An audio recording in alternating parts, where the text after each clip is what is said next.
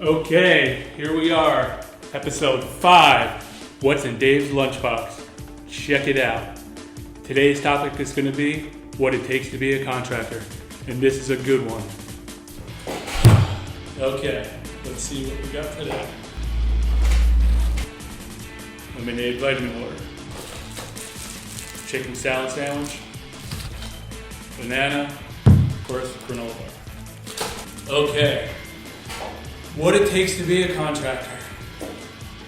After over 25 years of experience, let me tell you, the only people that actually know are the people who do it.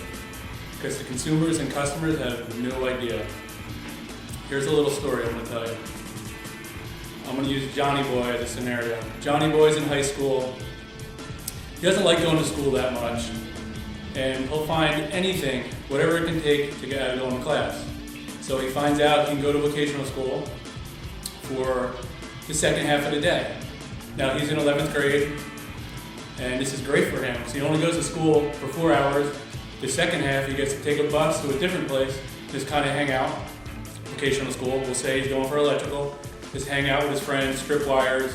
It just kind of breaks his day up. He does that to get out of class, and all of a sudden he takes a lot of interest in it, and he likes it.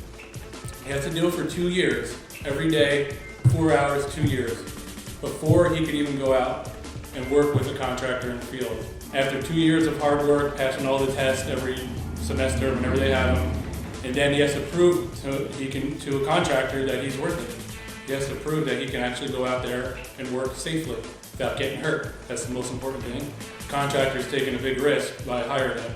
God forbid he got hurt in the job. Big problems. Goes out in the field, he starts doing the job, and he likes it. He takes a lot of interest in it. Graduates high school, this is great. He's got a full-time job.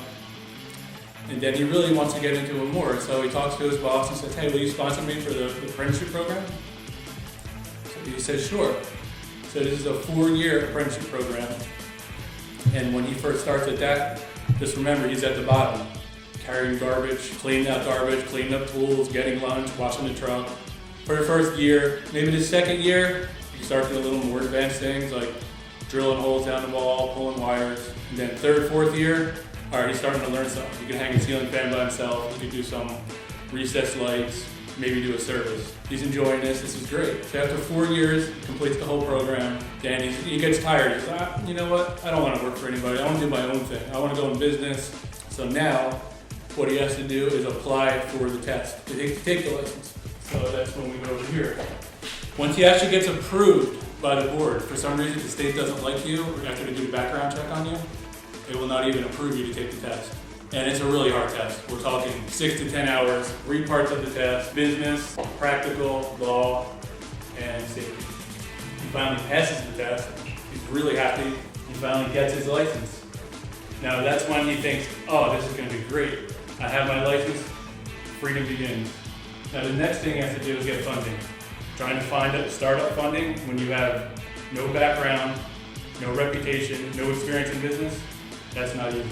And then you have to do the startup process, which is the LLC and legal end of it. Once you get the startup funding, then you got to buy trucks, insurance. Once you have your trucks in place and you have all your LLCs ready to go, the next thing's going to be is let people know who you are. So remember, you're nobody.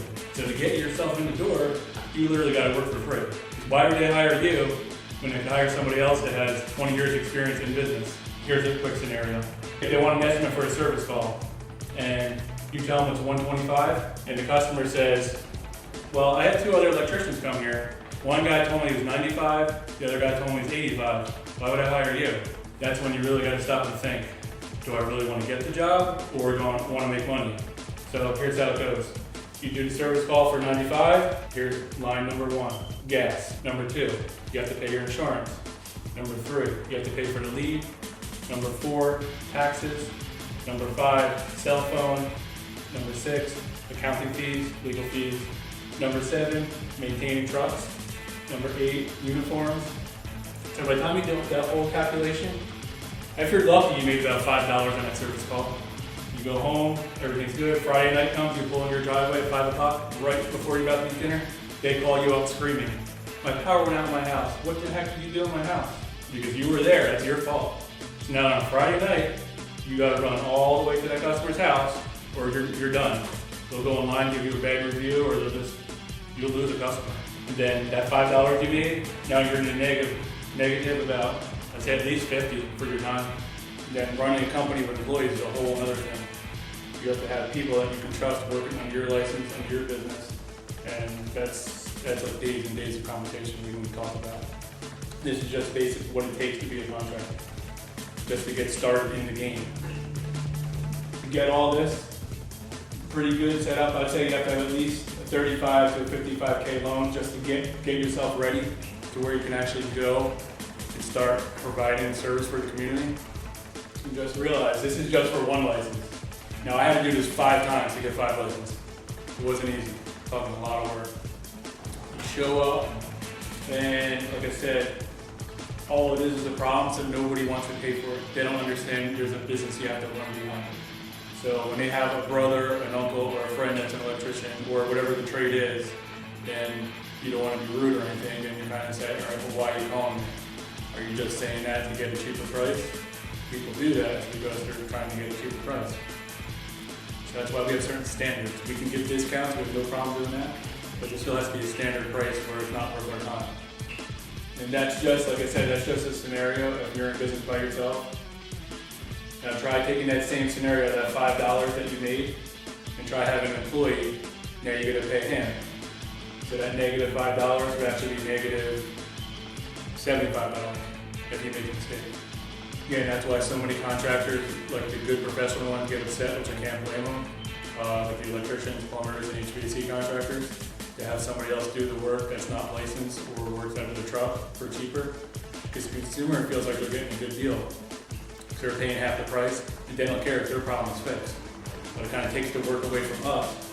We have to give all this, and somebody else comes along and does it for half the price. You know, you have to understand that it kind of kills the real good businesses, the good ones that actually provide good service. There are a lot of good contractors out there that provide excellent service, and there's a lot of them that don't.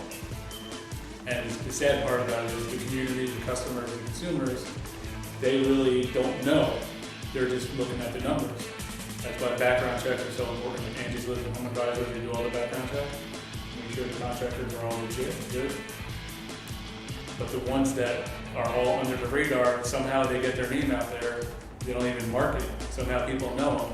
They're doing it so cheap, kill the industry for everybody else. And then you have all the people that do it like on the side to friends and family, but that's, you know, what are you gonna do about that? It's friends and family that's gonna happen, somebody's helping somebody. I'm just talking about people that are in business, as far as I'm talking about consumer protection.